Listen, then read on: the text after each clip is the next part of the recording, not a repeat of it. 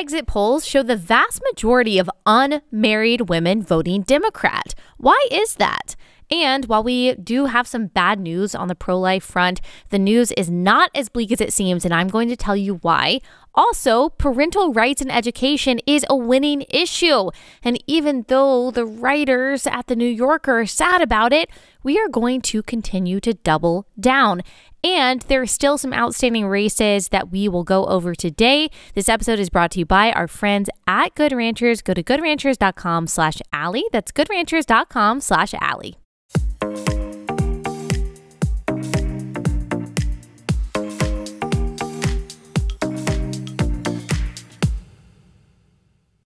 Okay, guys, hope everyone is having a wonderful week. We've got more to talk about today in regard to the midterms. If you're watching on YouTube and my hair looks haphazard, that's because it is. It's just one of those days. I got in this morning from Texas A&M, had a wonderful visit there, talking to young women of America, some conservative women and men, just about the state of the country and how they combat the craziness in our culture. And it was so wonderful being able to meet all of you this fall. Y'all, before we get into all of this, I just gotta say, this fall has been absolutely crazy for me in a good way, in the sense that I love what I do and I've been really busy doing what I love, but I've had so much travel since the month of August. I mean, September and October were nonstop, barely got a break in November. And I am really looking forward to taking a breath in a few weeks when I am done with speaking engagements for the year. I love speaking engagements. I love speaking in front of people. People ask me all the time, do you get nervous about that? Does it make you anxious? No, not at all. I can't remember the last time I got nervous speaking in front of people. And I also love meeting y'all. I love conversing with you. I love hearing about how the podcast has impacted you or what you thought about my book or answering the different questions that you guys have. I truly get energy and a lot of fulfillment from that. But it is really hard to be gone. It's really hard to travel. It wears on you. It takes a lot of your time. Even when my family and I travel together, it's just really difficult. So I am looking forward to a season of a little bit of reprieve, at least from travel anyway. I'll still be here with you all.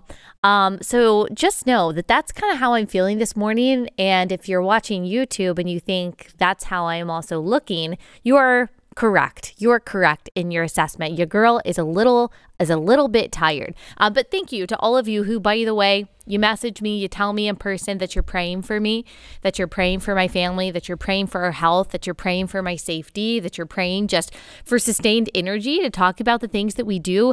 I feel those prayers. Those prayers are effective and they mean a lot to me. When you tell me that you're praying for me, I take that to heart. I'm really grateful for that. I really do. I've got the best audience in the world. People who have become a community, people who have become friends, people who have become a form of a family. Relata Gals and Relata Bros. That's not a real name that we have on here, but I'm just testing it out. You can tell me what you think of it. Probably not the second one because we don't have a whole lot of guys that listen to this. It's mostly women. But it really has become like a community and a family. And I just appreciate that. And that is why I'm willing to travel across the country for you guys and meet you, because I love you so much. All right. Let's talk about a little bit about what's going on. If you haven't listened to yesterday's episode or watched yesterday's episode that I did with my friend Delano Squires, it was different than a lot of episodes that we do because it was more of a conversation back and forth, less of an interview, and it was long. It was like an hour and 40 minutes, and we aimed to give an analysis of the state of the country post midterms from a biblical perspective. And so a lot of you guys enjoyed that. I got messages saying that it was your favorite podcast that I've ever recorded, which says a lot because I have more than 700 of them. So if you haven't gone back and listened to that from yesterday, I encourage you to do so. And today I want to look a little bit more about some of the polling that I've seen coming out since the election happened, some of the articles that have been written trying to analyze why the results were the way that they were. And even before we get into that, I will just say, like, we're still waiting for the results of some elections. We're still looking at the state of Arizona and wondering why places like Maricopa County can't get it together. It's like a third world country over there. I mean, honestly, I think third world countries probably count their votes faster than the people in Maricopa County in Arizona. It's crazy. So we're waiting on the results, I believe, from Blake Masters. We're waiting on the results from Kari Lake, the governor race there. It's really tight. It's neck and neck. We're waiting on the result of a Senate race in Nevada as well. Is it Nevada or Nevada? You guys always correct me, and I can't ever remember which one that you guys prefer who actually live there. And then we are also... we're still waiting on the results of a couple other elections. I believe Lauren Boebert in Colorado. That was a shocker. I mean, that was a real surprise. She comes from a conservative area, and she might possibly, hopefully not, but she might possibly lose to her Democrat opponent. And then we've got a special election now in the state of Georgia between Raphael Warnock and between Herschel Walker. And we talked a little bit about that yesterday. That's going to be really interesting. So we won't know the results of that for a little while now. And one thing that people are saying, especially when it comes to Walker, when it comes to Dr. Oz and them not faring as well in their races as people wanted them to, or even as the polls predicted, was that Trump was the one who endorsed these people and who picked these people, and that Trump just doesn't have the same political power that a lot of people thought that they did. And so that's a big debate that people are having. We talked a little bit about that yesterday. If Trump is good for the party, if Trump actually drags down the party, I think that one thing we know for sure is that Trump is really not concerned about whether he is booing the party or whether he's hurting the party. Trump is concerned with himself. He's concerned with his campaign. I don't know about you. I'm not ready to debate 2024 yet. Like, I'm not ready to get into that. I feel like we are still reeling from 2016. Gosh, it has gone by so quickly. We are so inundated with politics.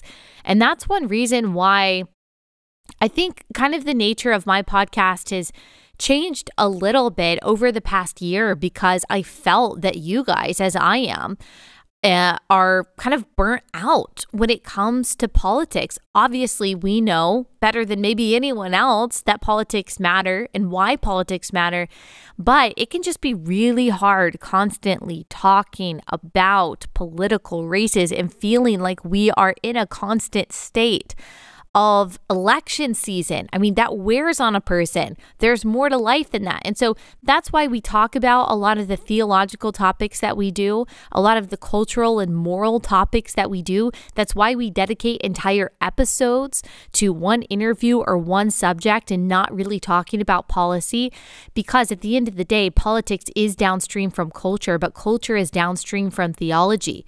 So while I care about these elections, like, I want to make sure that we're getting these big foundational issues right, then hopefully when it comes to elections, we're thinking about them in the right way. So just know that on this podcast, like, we're not going to wade into 2024 quite yet. I mean, it's going to be fast. No doubt we're going to be talking about it a year from now, but I am not going to be the show that is constantly already talking about the next presidential election. It is just too much. It's like when you walk into Hobby Lobby in August and you already see Christmas decorations. And you're like, can't I just enjoy it? School hasn't even started yet. We haven't even had Labor Day. We haven't even had Halloween or our harvest party or whatever it is that Christians celebrate on October 31st. We haven't even had Thanksgiving. Like, just give us a little bit of a break, please. We just put our wreaths up. That's kind of how I feel right now with all the talk about 2024. I think that we have a lot of lessons to learn from this past election, a lot of analysis before we even look forward to the next election. And that's kind of what I want to get into. I want to look at a couple articles that paint a really pessimistic picture, I think, for where the state of our country is, where our morality is, where our hearts are, but then also a couple articles that I think speak to a very positive movement that's happening on the right and among people in general, even independents and moderates, that is being led by concerned moms and dads. So we'll get into that in just one second. Let me pause, tell you about our first sponsor for the day, and that is Good Ranchers. All right, they've got their Black Friday deal going on. This is their best deal of the year. With your order, if you use my link, goodranchers.com/Allie, and promo code Allie, they include 2 Black Angus New York strip steaks for free. These are USDA upper choice steaks. It's your best choice for the holidays. This is a great present for anyone in your life that likes meat, that likes to grill, or maybe it's just a present for yourself. You can buy them a box of meat when you go to goodranchers.com/Allie. It's all American beef and chicken and seafood. It's high quality. We eat it almost every night. Absolutely love it. Or you can buy them a whole subscription and you save about 25% when you do that. So it can really save you money. So go to goodranchers.com/Allie for that Black Friday sale deal. Goodranchers.com/Allie, promo code Allie. That's American meat delivered right to your front door.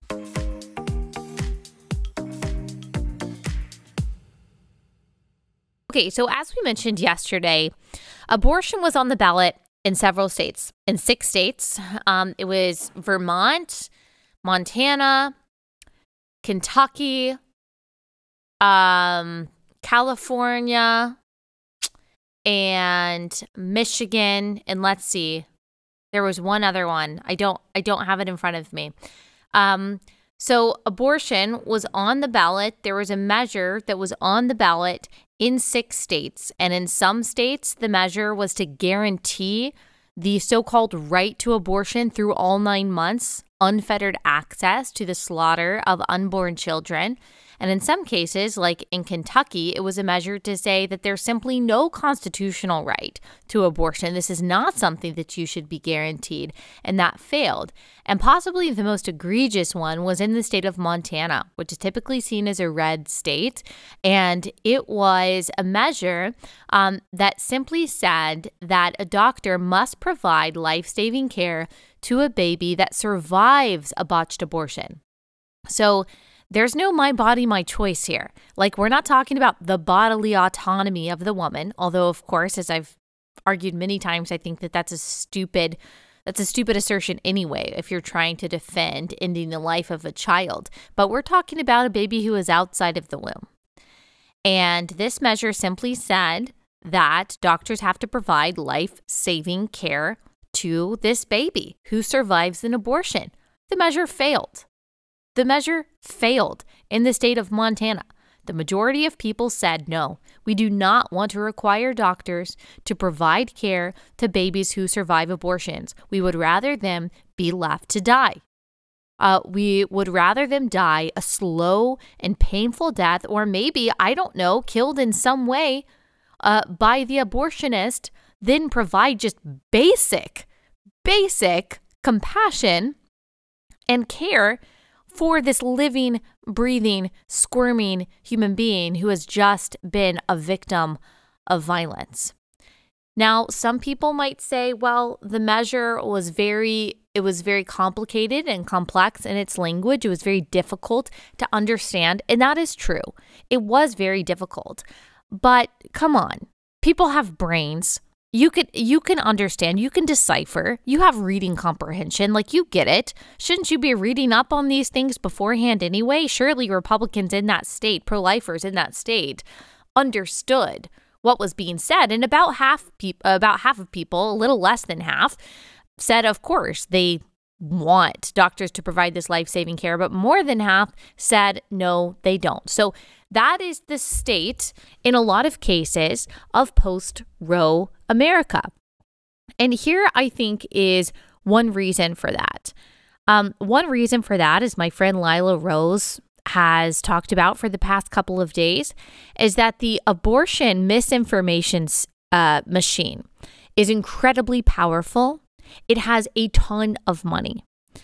The abortion lobby spent over $300 million on campaigns and advertising and fear-mongering and propaganda, supporting different candidates, supporting different forms of marketing and social media targeting and messaging to ensure that all of these measures that sought to protect life failed, and all of the measures that sought to advance the killing of unborn children advanced. And they were extremely successful. We simply do not have that kind of power when it comes to pro-life activism. Now, I'm not saying that we've never been successful or effective, because we absolutely have. I mean, it's actually incredible when you think about all of the backing that the left has when it comes to abortion. I mean, just the institutional power, the monopoly that they have over corporations, over much of the government, over so many entities in the United States, and how little formal and institutional power we have. It's pretty incredible that we are ever able to influence legislation. It's pretty incredible that we ever get pro-life laws passed. It's pretty incredible that we have as many people vote for pro-life measures and against pro-abortion measures that we do. And that really can be said about the right and left in general. We have so little institutional power or media backing or cultural megaphones. We are constantly working against the forces of mainstream culture to get our message out and to correct their propaganda and misinformation. And we still win elections. And we still are competitive in elections that should not be competitive in places like New York. And so it's actually pretty incredible that we are able to withstand the onslaught of vitriol and deceit that we get as pro-lifers to ever be effective. And so when you consider that, when you consider just the behemoth that we are up against, that is the pro-abortion lobby, it is not all that surprising that these measures passed in some cases in pretty slim margins. Think about the overturning of Roe v. Wade. That took not 4 years, not 14 years, but 49 years. The overturning of Roe v. Wade took almost 5 decades, almost 50 years of pro-life lobbying, of protesting, of activism, of getting the right people into power to push pro-life legislation, electing the right presidents that will appoint justices who will uphold the Constitution and interpret the Constitution correctly, which would be to say that there is no right in the Constitution to abortion. I mean, we are talking about 6 Supreme Court justices appointed over a span of 30 years by 3 different presidents, thanks to pro-lifers in this country who were relentless in their perseverance and in their persistence to ensure that the law could change to conform to justice and dignity and equality for pre-born children. That took almost 50 years. And that was just what was happening in the political scene. That was just what was happening in punditry. That was just what was happening in public. In private, pro-lifers were relentless in their service to women and to fathers and their children, showing up every day to pregnancy centers, to pro-life organizations, providing all of the material assistance and the spiritual and emotional help that these women need in order to feel safe and to feel taken care of, so that they will keep their children. I mean, 50 years of that kind of work, 50 years of that kind of unsung and often unseen obedience to the Lord, 50 years of that kind of consistency. It took 50 years of both private and public, political and personal fighting by pro-lifers to finally elect legislators in the state of Mississippi that would pass a law banning abortion, that would then be written in a way that would then make its way to the Supreme Court and at the right time with the right composition of justices. That legislation was upheld and Roe v. Wade was effectively overturned. There were so many different pieces that had to come together, and there were so many years of hard work and sometimes pessimism and hopelessness that led to that. I mean, Roe v. Wade was overturned after years of the pro-abortion left becoming increasingly radical, becoming increasingly violent. They've gone from safe, legal, and rare to through all 9 months without apology for any reason and paid for by the taxpayer. So as the pro-abortion left became more rabid, as Planned Parenthood gained even more influence, and the pro-abortion lobby got an even stronger grip on our culture. I mean, we've got every celebrity female singer opening her concert talking about the importance of abortion. I mean, it's just sick. It's just dark. It's so demonic. In the midst of that kind of darkness of the culture, God, in his providence and in his mercy, allowed Roe v. Wade to be overturned and for states to pass just laws to protect the lives of unborn children. So do not allow the results of these measures in the midterm elections to permanently demoralize you or discourage you. Now, I understand being sad. We should be sad. We should be sad about that. In places like Michigan, that more children are going to be killed. Innocent babies are going to be killed because of this, especially after reelecting Whitmer. We should be sad that California is now a quote unquote sanctuary state for unfettered abortion. Of course, that should make us sad, but that sadness has to motivate us, has to reestablish our resolve to keep working harder. And I know we look at the state of our country and the state of just utter depravity in our nation, and we think nothing can ever change. Things are only going to get worse and worse. Look, we thought that a few years ago about Roe v. Wade. You do not know what God is up to. And no matter what the result is of abortion legislation in America, and you and I share the same goals about wanting to see the dignity and the rights and the humanity, the personhood of unborn children written into law, not a subject of debate anymore. No matter what happens, like our mandate as Christians is the same: to take up their cause, to fight for them both politically and personally, both privately and publicly, not just in how we vote, and not just in how we speak and trying to change hearts and minds, but also in how we show up for them tangibly. Look, state of Michigan, make sure that if you're not already, most of you probably are, that you are volunteering at your local pro-life pregnancy center. By the way, you can bet the Democrats are coming for them. They are going to try to make it impossible for women in crisis to have a choice beyond abortion. We've already seen that kind of rhetoric from Elizabeth Warren.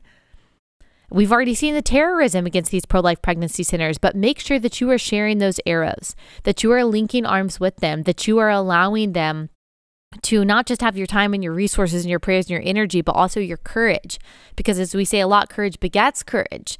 And our courage on this issue, as we show up together for these women and children, that really is what can change culture and then can also change politics. And it might take 50 years, but if anything is worth that, if anything is worth our time and our energy and our persistence and our hope, it is the lives of children. So be sad about those measures, but keep going, because our obedience is owed no matter what the political outcome is. And God can very graciously use these things, work these things together for good and for his glory. We saw that in the overturning of Roe v. Wade. We see that every day with lives saved at these pregnancy centers.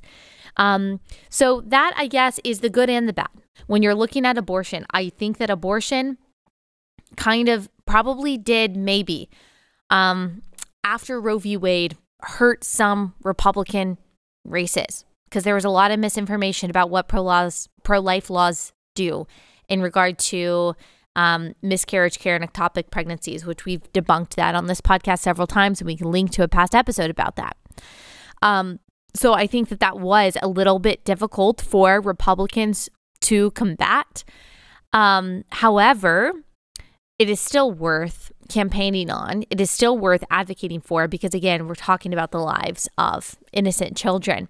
But then on the other side, something that did not slow Republicans down, but actually brought a lot of Republicans to victory, in particular Ron DeSantis, was the issue of parental rights in education.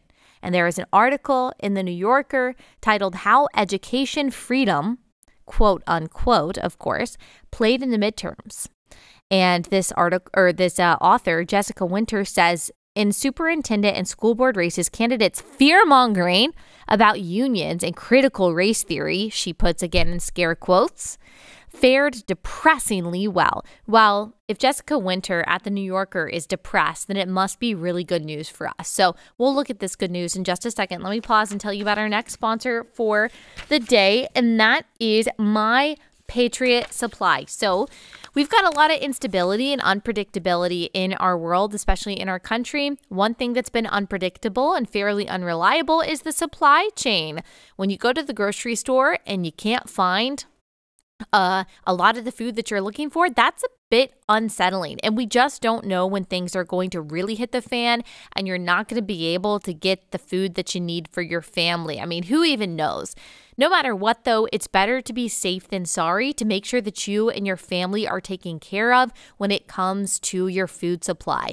That is why I love My Patriot Supply. They sell a 3-month emergency food kit. You buy one for every member of your family, put it in your pantry. It lasts 30 years. Hopefully, you'll never need it. But if you do, you don't want to be caught in a situation where you have nothing to eat. So get one emergency food kit for everyone in your family. You can go to mypatriotsupply.com, and they've got a deal going on right now where you save $250.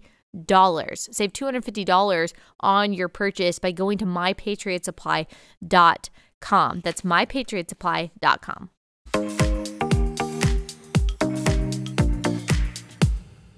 So this article in the New Yorker, obviously the New Yorker is a far left publication, and so she's not even trying to feign any kind of objectivity here.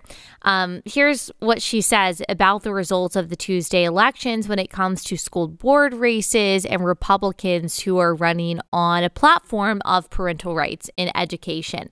She says a clown car school board race in Charleston, South Carolina ended with 5 out of 9 seats going to Moms for Liberty backed candidate. Yeah. Governor Ron DeSantis, the maestro of Florida's Don't Say Gay legislation and a home state hero to Moms for Liberty, endorsed 6 school board candidates, all of whom won their races. Moms for Liberty endorsed a total of 12 in Florida, winning 9. In Texas, 10 out of 15 spots on the state school board appeared to be going to Republicans, including 3 seats in which GOP incumbents either lost or dropped out of their primary when facing opponents who took a harder line against CRT. Love it. And I just want to pause and say, like, these people are there's no other word for it. They're such predators. They're such groomers. Anyone who would come out against the Florida legislation, the so-called Don't Say Gay bill, you're a freak. I'm sorry, but you're a creep. We are talking about a bill a law that honestly does not go as far as we would like it to. All it says is that at public school, teachers, you cannot hold a formal classroom discussion with kindergartners through 3rd graders about gender switching and sexual orientation. Is that so difficult? Yes, it is if you were a child predator. That is really difficult. It also says that, hey, if, 5-year-old Jack says that he wants to become Sally, you've got to inform the parents about that. Of course you do. Of course you do. And people were up in arms about that. This journalist is up in arms about that because they think that 5-year-old Jack needs to be put on the path of chemical castration and that his parents, I guess, don't need to be informed about it if he wants to wear a dress at school. Apparently, they think that that's normal. It had nothing to do with saying the word gay, although I will say that's a pretty clever a clever nickname for it. If you are for that, if you are 4, 5 to 9-year-olds learning that kind of thing from strangers at school, you have problems. You have problems. This author has problems. I mean, I really have a hard time sympathizing with the other side of this argument and even seeing how it could be an argument at all. And this is something that the left does. They say that the right is manufacturing culture wars, that we are just imagining these things out of thin air to try to create division, create polarization, and that these things aren't really a problem. That why do we even care? We shouldn't even care about this stuff. We're just making a huge deal out of it for no reason. They start the culture war when they are teaching about transgenderism in the classroom. They start the culture war when they start teaching forms of sexual depravity and perversion in the name of comprehensive sex education. And all they're mad about is that we noticed. There is a war on the left against noticing.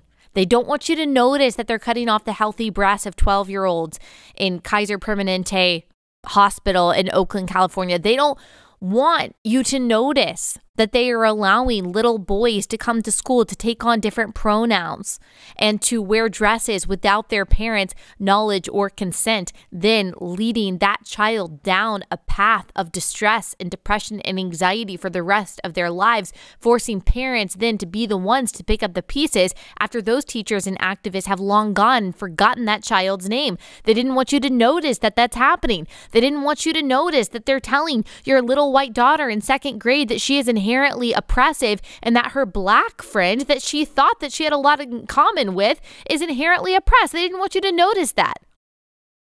But because you noticed, they accuse you of being the one who is divisive. They accuse you of being the one who is making a big deal out of it. They accuse you of being the one who is stoking the culture war. No, we just started noticing and we're reacting like any rational and moral people would. They didn't want you to notice that they're having drag shows in which little children are giving dollar bills to men who are dancing in thongs. They didn't want you to notice that they're having drag queen story hour, gaslighting you into thinking that there's nothing sexual about it, as if there could be an innocuous reason for a man to want to dress up as a scantily clad woman and dance for children. They didn't want you to notice that. But because you're noticing it, now they are going to continue to gaslight and to say, you're fear-mongering. You're creating things out of thin air. You're imagining all of this. And it's a very strategic method of manipulation because they're not going to be able to dupe you and me. The people who are involved with Moms for Liberty, the women who are running for these school board races, most of the people who listen to this podcast, we know the truth. We see it. You follow libs of TikTok. You know that this is not just 1 or 2 teachers. It's not all teachers, but it's a lot of teachers. It's enough teachers to make a difference. Like, we know the corruption of the teachers' unions. We know that we're not making this up. We see it in the kids' curriculum at school. Like, we see the pornography that is on display at children's libraries, at public school libraries, depicting sexual acts that no child should have access to. We see that. We know it. We believe our eyes and ears. Who they are appealing to when they call these Moms for Liberty activists and these new school board members and people like you and me, fearmongers or radicals or extremists or crazy people, are making things up. They are appealing to the parents who are on the fence. They are appealing to the parents who care more about what other people think of them than they do the curriculum at their kids' school. They are appealing to the people whose propensity is going along to get along. They are appealing to what I often call the mushy middle. Parents who love their kids. They're not derelict parents. And parents who would say that they care, but at the end of the day, just don't want to be called a bigot. They don't want to be misunderstood. They don't want to be maligned. They don't want to lose what they perceive to be their community standing. And the last thing that they want to be seen as is a Karen. And so they just say, you know what? I'm just going to pretend like this isn't happening in my district. Or they convince themselves that it could never happen at their school. Or even if it is happening, it's really not that big of a deal, right? I mean, a lot of you used to be that woman. We all used to be that woman. We all used to be the kind of person who would turn a blind eye to what's happening in the culture, what's happening in our schools, because we just didn't want to be accused of making a big deal of something. We didn't want to stir the pot. We didn't want to be seen as controversial. We thought it was better to just be nice and to just get along with people and to just be popular. We all were that at one point. We were intimidated by these dumb journalists who told us that to care about what's happening in schools makes you a fearmonger and a crazy person. But then something happened. Something probably happened in your life. You thought it could never happen in your conservative Alabama school district where you know all the teachers because they go to your church. Your kid brings home a book. They bring home a worksheet. They tell a story about what their teacher told them. They learn something that you would have really rather they not learn or learn from you. And you realize, wow, this is a lot more insidious than I thought. I never thought that it would come to my doorstep. I never thought it would affect my child. I never thought my child would be impacted by this. And yet here you are. Something woke you up. And thankfully, that is happening across the country. That is why, to the sadness of this New Yorker journalist and to many on the left, there's really nothing that you can say to intimidate us out of standing for our children. We have determined that anyone who stands in between us and our children will be removed from power and stripped of their titles. Like, it's not enough for us to go to the school board meetings and complain and go viral on Twitter. That can make an impact. I think that's important. But no, we're coming for your school boards. We're coming for your curriculum. We're coming for the books in the public libraries that are displaying pornography. Like, we're coming for the city councils. We're coming for your district. We are going to take power, and there is nothing that you can do to stop it. You have been infiltrating the public school system for far too long and allowing what is a pseudo-religion, by the way, secular progressivism, to dominate curriculum and to run the show in these public schools, and not just as parents of public school students, but as taxpayers, as citizens. We are tired of it. We're tired of it, all right? And so we would like our values to be on display for a little while. Like, how about let's try that? Let's try that. I mean, secular progressives have tried to shove their religion and their values down our throat for decades now. And where has that gotten the public school system? I mean, obviously we know where it is in a lot of cases morally, but how is it looking academically? Not good.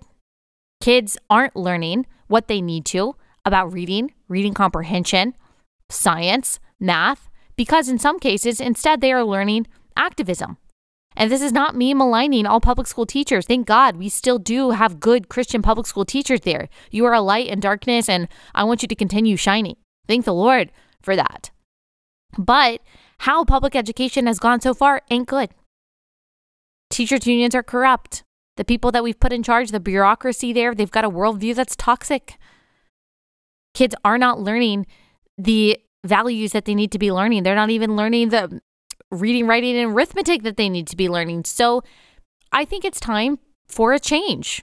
I think it's time that moms who have a vested interest in the education of not just their kids, but their community start to take over these school boards and make a change for the betterment of our country. And that is what is happening. And there is nothing that anyone at the New Yorker or anyone in liberal media can do about it. Now, this Jessica Winters at the New Yorker goes on to say she's trying to figure out here, and what I'm about to read, how this movement gained so much steam. And her theory is that it's backed by billionaires.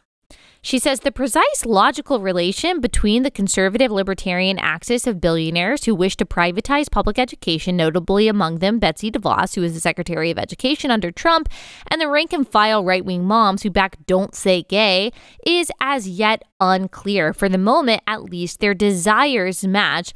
Yes, maybe in some cases their desires match. But you've seen a lot of the media say, oh, the Moms for Liberty, the only reason why they're popular is because they've got these huge corporate backers and they're funded by right-wing billionaires. That's not true. It is an organic movement that has multiplied magnificently over the past couple of years simply because moms are angry and dads are angry and people are incensed and they're starting to care and they're starting to wake up. They mobilized a movement that was already brewing, helped organize them, and then equipped them to run for office. The left thinks that they're the only ones that can organize. The left thinks that they are the only ones who can rally the troops to take over institutions. That's what they do. And the left does it really well. They have done the long march through our institutions, through public education, through academia, through major corporations, through most of the federal government. And they've done a really good job at that. And they do not like it when the other side decides to do the same. They think that the only people who should check their worldview at the door, the only people who should not have a say in curriculum, should not have a say in public policy, are Christian conservatives. They get to bring their worldview. They get to bring their theological and moral views. They get to shape culture and curriculum and laws. But apparently when we do that, that's scary Christian nationalism, that's scary Christo-fascism.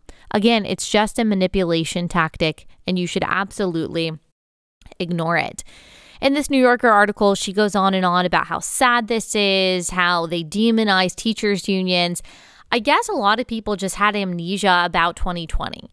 Like, you just don't remember how the Chicago Teachers Union said that opening schools back up. I mean, we're talking about a minority kids in a poor area opening schools back up in 2020 and 2021, they said was about misogyny and racism. All right. The teachers unions in places like Arizona, they were staging die-ins where they put up these fake tombstones and said, if you make us go back to school, we're going to die. And then we saw that a lot of people leading those rallies, leading those protests were going on vacation while they were supposed to be teaching at school. The teachers' unions are corrupt. Plus, it is unethical to force taxpayers to fund a union that is then using those taxpayer dollars to fund politicians that we're not voting for. That's what happens in all public unions, whether it's police unions or teachers' unions, and that is unethical. We should not have public unions. And so our public unions in general, it's wrong, but also our public unions are corrupt. When it comes to the teachers union is almost exclusively corrupt. And they fought against the opening of schools. They fought for virtual learning. They fought for mandatory masking, all of these things that have done irreparable harm to America's youth. Yeah, of course we're going to demonize them. They have earned that demonization. They have earned our mistrust. They have earned us mobilizing against them. And good for Moms for Liberty. Good for every politician who rallies behind these moms, who recognizes the moment that we're in. I mean, it's going to take a lot of energy and a lot of perseverance on the part of parents, and not just moms, by the way. I know moms, the whole mama bear thing, we're very fierce in protection of our kids, but gosh, we need dads on the front line of this. We need dads also, and there are many who are, to step up and say, no, not my kid, not my school. I mean, you guys know, though, how I feel about public education in general versus a Christian education. I believe that you should do everything that you possibly can to ensure that your child gets a Christian education. I saw a review from someone saying that I think that homeschool is the only way to go, which is funny because I've literally never said that. I was not homeschooled myself. I do think that parents should be doing everything possible to ensure that their kids get a Christian education that's just such an irreplaceable foundation. You will never, ever, ever regret giving your kids that. But whether your kids are in private school or public school, we still have a vested interest in what kids are learning in schools. And therefore, we have a say in it. Your tax dollars are going there. You have a say. You have a vested interest. And so I'm sad about like how the abortion issue shaped up in the midterms, but looking at these local elections and how this issue is a winning issue for parents and for politicians and how these school boards are being taken over, I'm so thankful for that Republicans really have woken up to the reality of the importance of local politics. A student asked me last night at A&M, like, how do I know who's running in my area? How do I get involved in local politics myself? And I say, join your local Republican group, Republican women's groups, young Republicans, the Republican Party of whatever city or district that you're in or whatever county that you're in. A lot of those people have been in local politics for decades, even if it's just to get some education about what's at stake, who is running for what positions are open. I think that's a really good starting point. It can be hard to look at local media as your source of information for these things, although sometimes local journalism is more accurate and reliable than national. Still, you need to get plugged into your local Republican Party. And you don't, I'm not someone who goes to my local Republican meetings every week or every month. I just don't. I'm on their email list. And so I read the emails and sometimes I'll go to their events.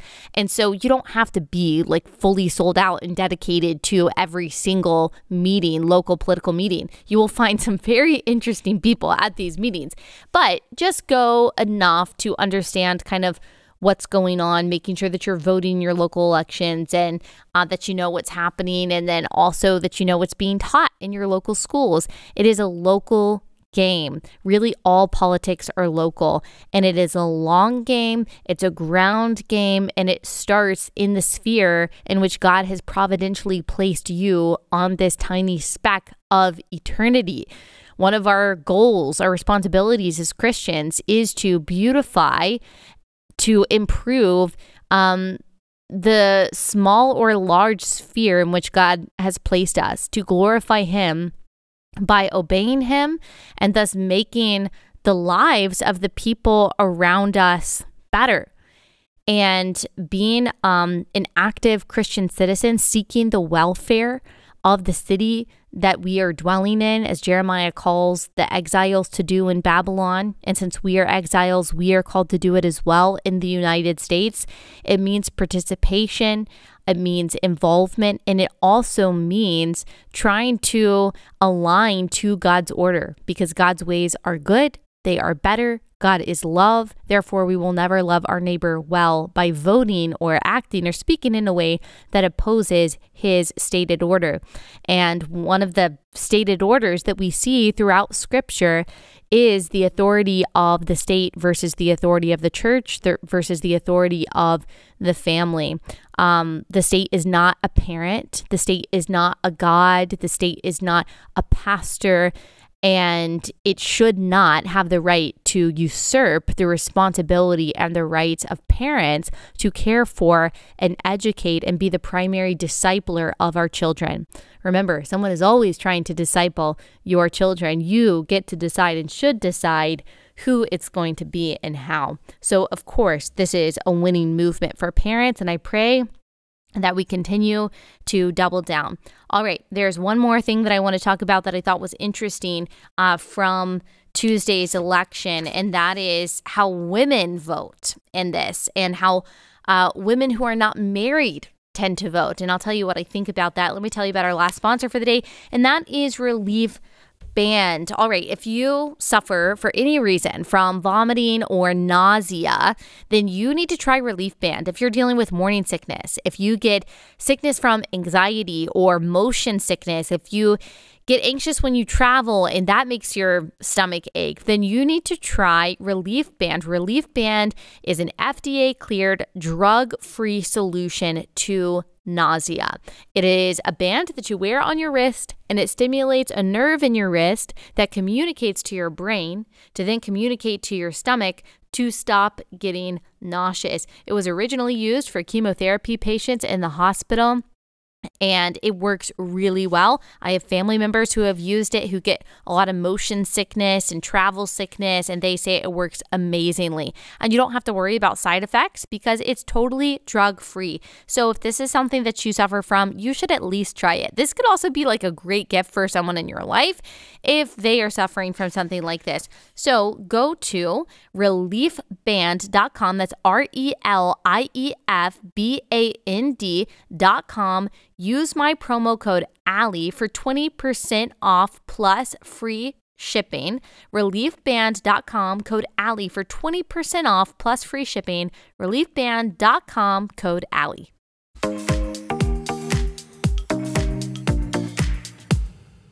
All right, so I wanted to discuss this statistic that I saw. I saw it originally tweeted by Brad Wilcox. We've had him on the show.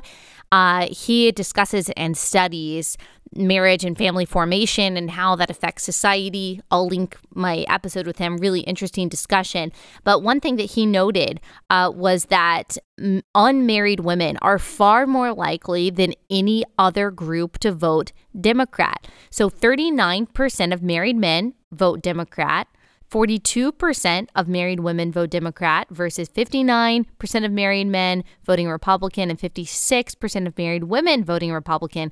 And then you look at unmarried men. Unmarried men are also more likely, slightly more likely, to vote for Democrats than married men. So 52% of unmarried men vote Republican versus 45% who vote Democrat.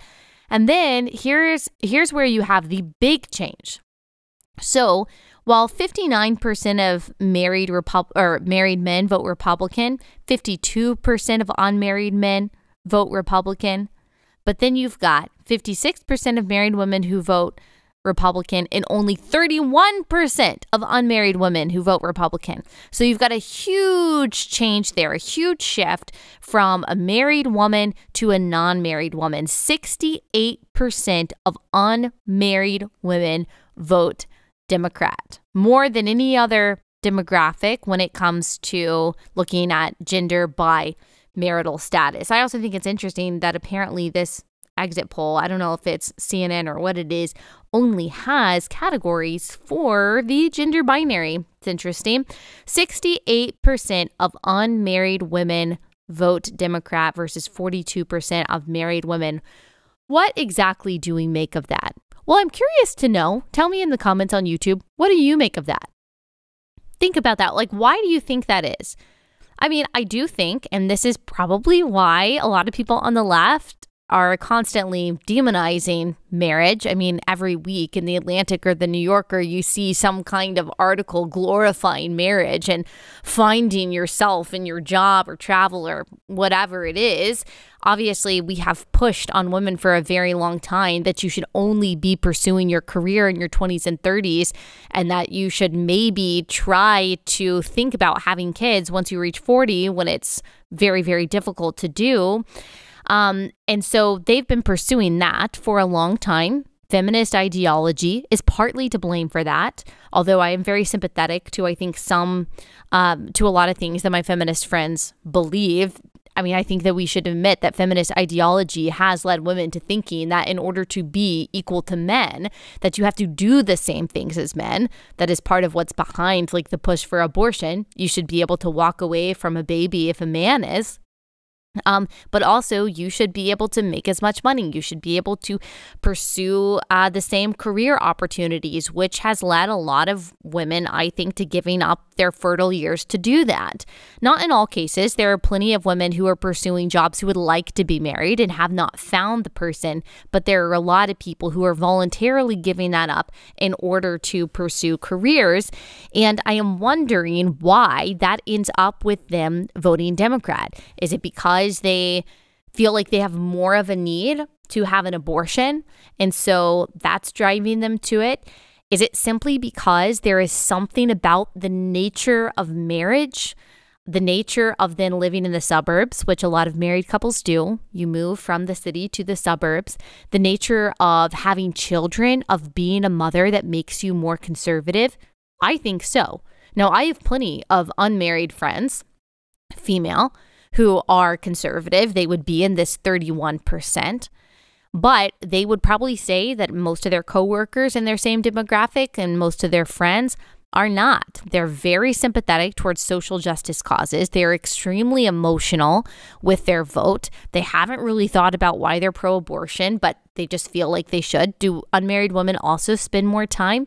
I don't know, consuming secular media, on social media, on TikTok than married women, just because their attention isn't quite as divided as married women and especially moms are? I think it more has to do with simply the nature of the institution of marriage that is a stabilizing force. I think it more has to do with becoming a mom too, and seeing how policies actually affect your children. You start to think about things in a bigger picture way. You're not just thinking, well, how does this affect me? You're thinking long term. You're thinking about their safety and their security and their education and all of the things that, quite honestly, like Democrats attack. And so I think that's part of it. I also think that husbands influence their wives. I think that they have a big influence on their wives and what their wives think. And Republicans and men tend to be more Republican than Democrat. So I also think that that's probably a part of it. I also think, and this is hard to figure out from the data, that married women or Christians are more likely to be married than unmarried. And I think Christians, evangelicals especially, tend to be more conservative. Like if you are getting married, you probably have some conservative values anyway, whether they're religious values or you just think, you know what, it's better to have commitment and stability and then have kids than it is for me to just be perpetually single and go through a bunch of guys and have a bunch of sexual partners. So I think that has a lot to do with it, just differing values. I know some people guess that it has to do with like bitterness or resentment.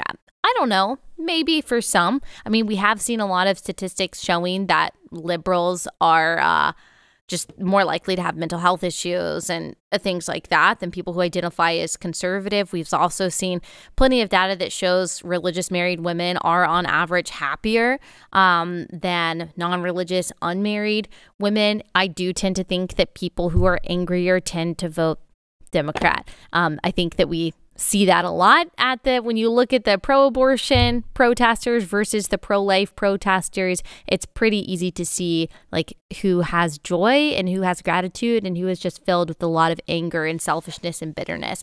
So a lot of combining factors there, in my opinion. No surprise also, under 30 voting statistics, we got the majority of Generation Z voting for Democrats. According to a CNN National House exit poll, 18 to 29-year-olds are by far more supportive of the Democratic Party. Again, I think that has to do with not being married, with not understanding how the world works, with not having kids. But I mean, also Democrats, because they have every cultural megaphone that exists, media, social media, because TikTok is dominated really by left-wing views. Right-wing views very often get kicked off. Of course you're going to have this. I mean, most of these kids went to public school. They're getting the education that we're talking about. A lot of these kids go to college. And academia is dominated by left-wing ideology. It is very difficult. It's very difficult for a young person to not be left-wing unless they are just totally okay with being kind of marginalized and bullied in some way. And that's not to say that Republicans don't have like an appeal problem to young people, because I think they do, but we also have a lot of things working against us. And also young people are super emotional and they don't have the front part of their brain developed. And it is really easy to just believe mantras like trans women are women and my body, my choice, without really thinking those things through. I don't think young people are dumb. I think that they're inundated with a lot of propaganda. It can be really hard for a variety of reasons to navigate them. Also, we can do a better job. Republicans can do a better job of appealing to them. And then we've got suburban moms. Suburban moms, by the way, are very competitive. Ron DeSantis won the female vote in Florida for the first time in, I think, 20 years, 40 years, I can't remember. And so it is possible when you run on the issue of education and freedom and anti-gender ideology to win a majority of moms. Most Republicans are afraid of engaging in those culture wars because they think that they're unpopular. They're actually not. I mean, Republicans seem to be, in a lot of ways, very disconnected from their base, but I am hoping that there is a change in there. Suburban women, very competitive. I am constantly disappointed by that because there are a lot of them that identify as Christians who, again, are taken by this message of toxic empathy, of thinking that in order to be compassionate towards people, you have to be for open borders, you have to be pro-abortion, you have to be pro-unconditional welfare, and all we have to do is just think a little bit harder about the consequences of those policies and how they actually shake out to be something that is not compassionate or empathetic or loving at all. All right, I just wanted to kind of add a little bit more flavor and analysis of what happened on Tuesday. Lots more that we could talk about, lots to talk about next week before we have Thanksgiving. So any questions or any comments or anything you want to message me about, let me know. Please leave a 5-star review wherever you listen. That would mean a whole lot to us. Also, subscribe on YouTube if you haven't done that already. And remember, in the words of Elizabeth Elliot, the only thing that you have to do today is the will of God. And that is always enough. All right, we will see you back here on Monday.